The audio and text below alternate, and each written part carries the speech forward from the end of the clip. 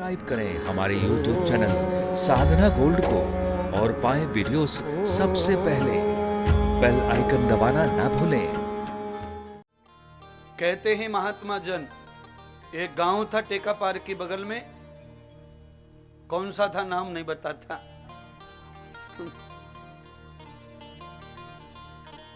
उसमें एक बनिया रहता था,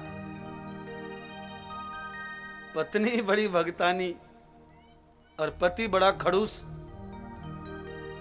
अच्छा, खड़ूस भी अलग अलग प्रकार के होते हैं। कुछ खड़ूस ऐसे हो जो नहाने धोने में तो माहिर होते हैं, जल्दी नहाते हैं, जल्दी करते हैं, कपड़े अच्छे पहनते हैं और इठलाते अकड़ाते फिरते हैं, ये भी खड़ूस है। और एक खड़ूस ऐसा होता है जो एक बार खड़ा है मतलब दोबारा जिंदगी में कभी झुकना ही नहीं है। नहाना धोना, भजन ध्यान, पूजा पाठ, दान पुण्य, कथा भागवत सख्त न भरत। पत्नी बड़ी परेशान।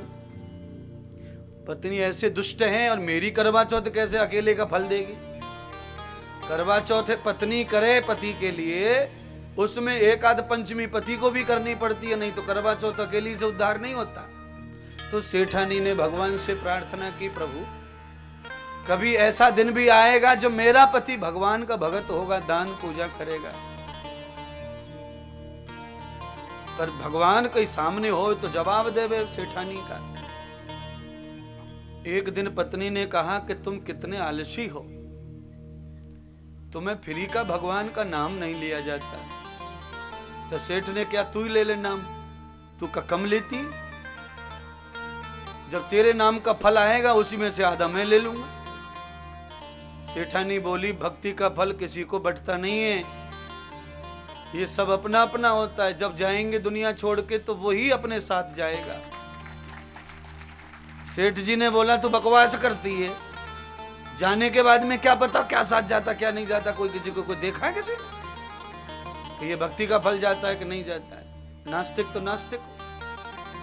सारा गांव मौनी अमावस्या आई, पूरा गांव गंगा नहाने के लिए, पर ये जड़ तब भी उसके लिए भी तैयार नहीं। अंत ऐसा हुआ कि सेठानी रोने लगी, खाना पीना छोड़ दिया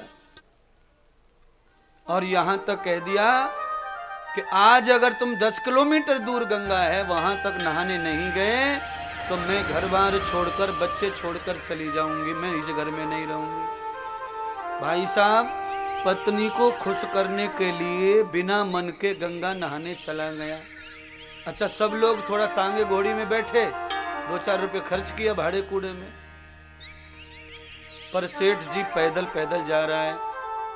पैसा गांव में सबसे ज्यादा, पर तांगे रिक्शे वाले को भी देना मंजूर। पहुंच गया घाट पे नहाने के लिए। अब घाट पे ये तलाश रहा है कि फ्री का घाट कौन सा है। अच्छा, ये गंगा के ऊपर बड़ा टेंशन है, सब भाड़े के घाट समझो आप। भाड़े का घाट मतलब कोई भी नहाने वाला चला जाए, वहां पर सब जाति के लोग पंडित जी बने बैठे। अब खाली मैं ब्राह्मणों की कहूं तो गलत है, वहां तो जिसको देखो ब्राह्मण बना बैठा है। न जाने कौन कौन से प्रांत के लोग आके गंगा के किनारे बसे, झोपड़ियों में रहते हैं। सुबह दुनिया भर का तिलक लगा के, चोटी पाटी रख के, लाल कपड़े करके घाट पे बिल्कुल त्रिपाठी बन के बैठे रहते।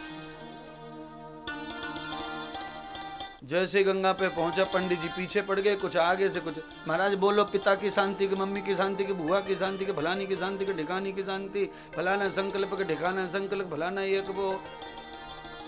सेठ जी ने कहा कि कोई संकल्प नहीं है और सब फुल शांति है, जिंदे मरे सब खुश है। नहा नहीं रहा, सब नहा रहे, सब संकल्प कर रहे, आना दो आना रुपया सब दे रहे पंडितों का, वही जीवन है। सेठ जी ने देखा कि जिधर कोई जाना ही पसंद नहीं करता उधर चलो, तो जहां पे ये शमशान होता है, बॉडी जल रही थी, वहां पहुंचा नहाने के लिए।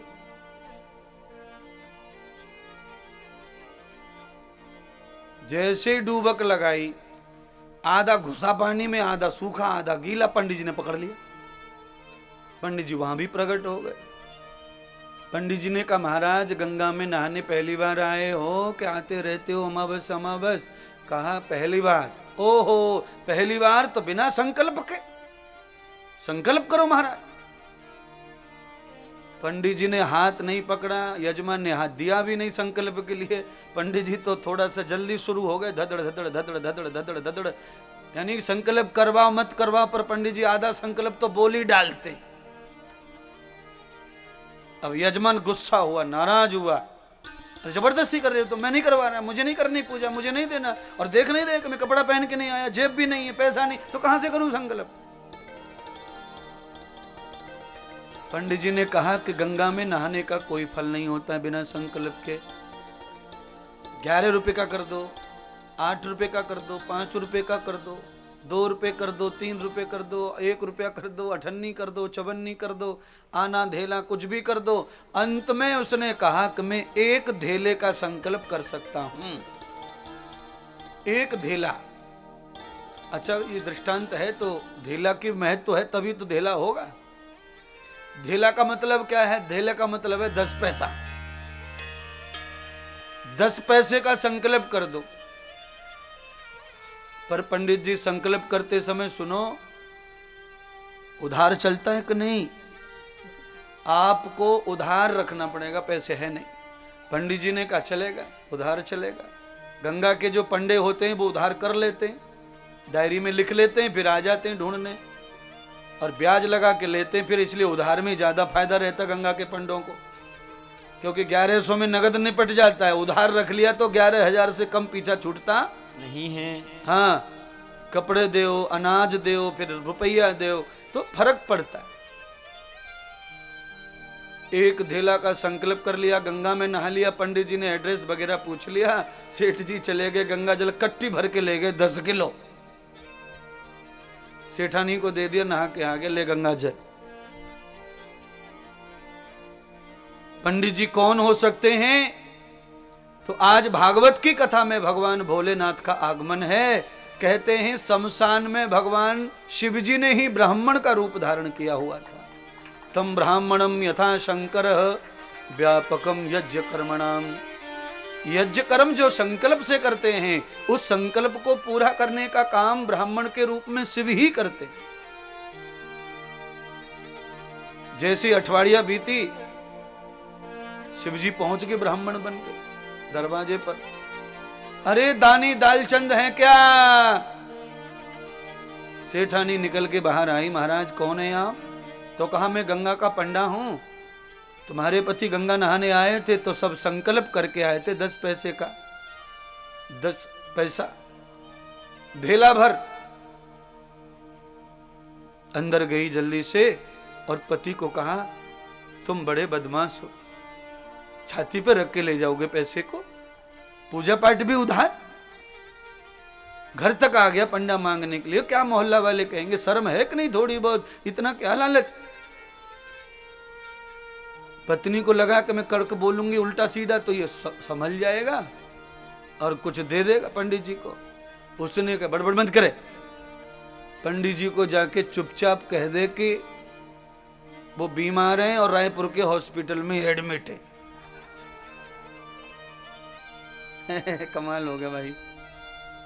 अच्छा, पंडित जी नहे तो हैं भाई, किसी के घर में कैसे घुसे चले जाएं? कोई आमंत्रण करे, आदर करे तो ब्राह्मण जाए, जबरदस्ती कैसे घुसे? पत्नी दरवाजे पे ही आई, मैं झूठ नहीं बोलूंगी, चाहे कुछ भी हो जाए, मैं तो बताऊंगी अंदर पसर रहा है। अगर तू मेरी पत्नी है तो मेरी आज्ञा का पालन करो। मैं झूठ कहूं या सच कहूं, तू मेरी बीवी है, मेरी गुलाम है, मेरी आज्ञा का पालन कर और मैं जो कहूं वही बोल, नहीं तो बिस्तरा बोरी बंधने में देर नहीं तेरा। पत्नी ने कहा बड़ा भाई धूर्त है। पत्नी ने कहा महाराज कल से एडमिट है, वो हॉस्पिटल में बीमार है।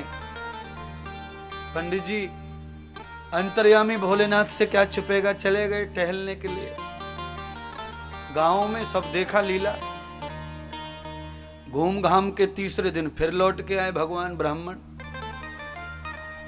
दानी दालचंद है क्या? रोटी खा रहा था निकम्बा। पत्नी से बोला भोजन कर रहा हूं, इस समय मैं बोलता नहीं हूं, तू ही जाके बता क्या। क्या क्या बताऊं? तो कब बीमार थे, डॉक्टर ने ठीक से इलाज नहीं हुआ, कहे वो तो मर गए।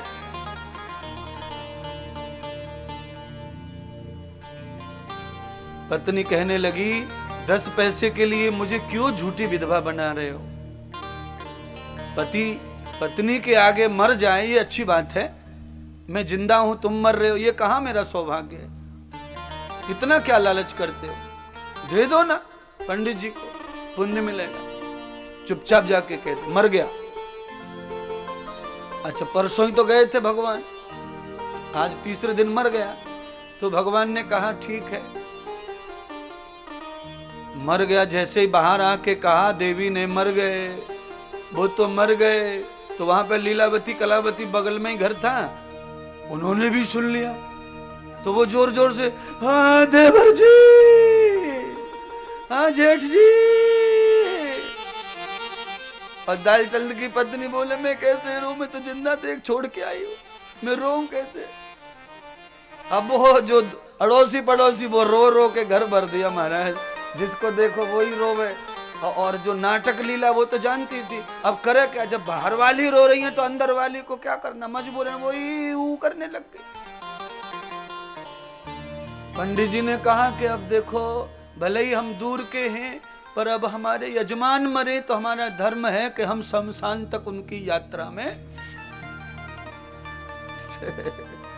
बड़ी मुश्किल है महाराज। पंडित जी भी इतना जिद्दी है, छोड़ नहीं रहा।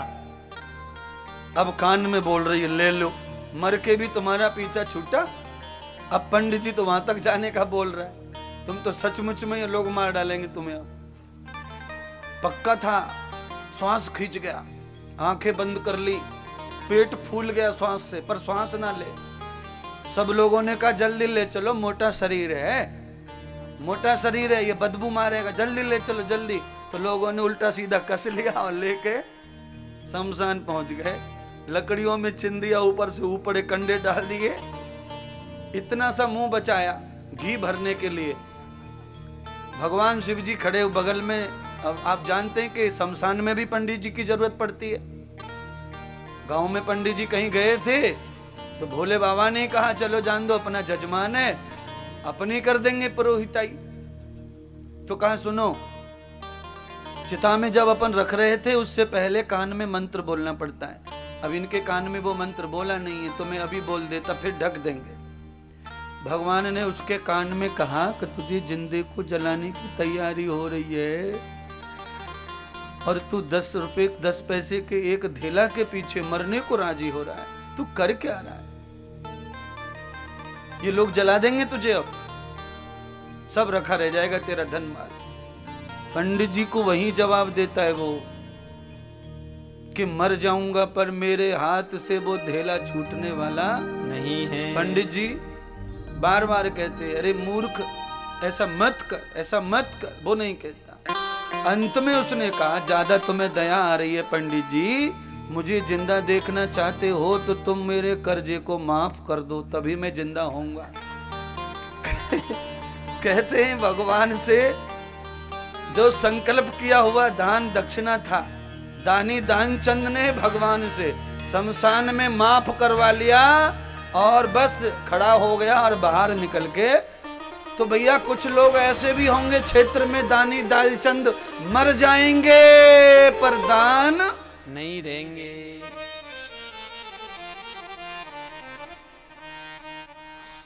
ऐसा होना नहीं चाहिए।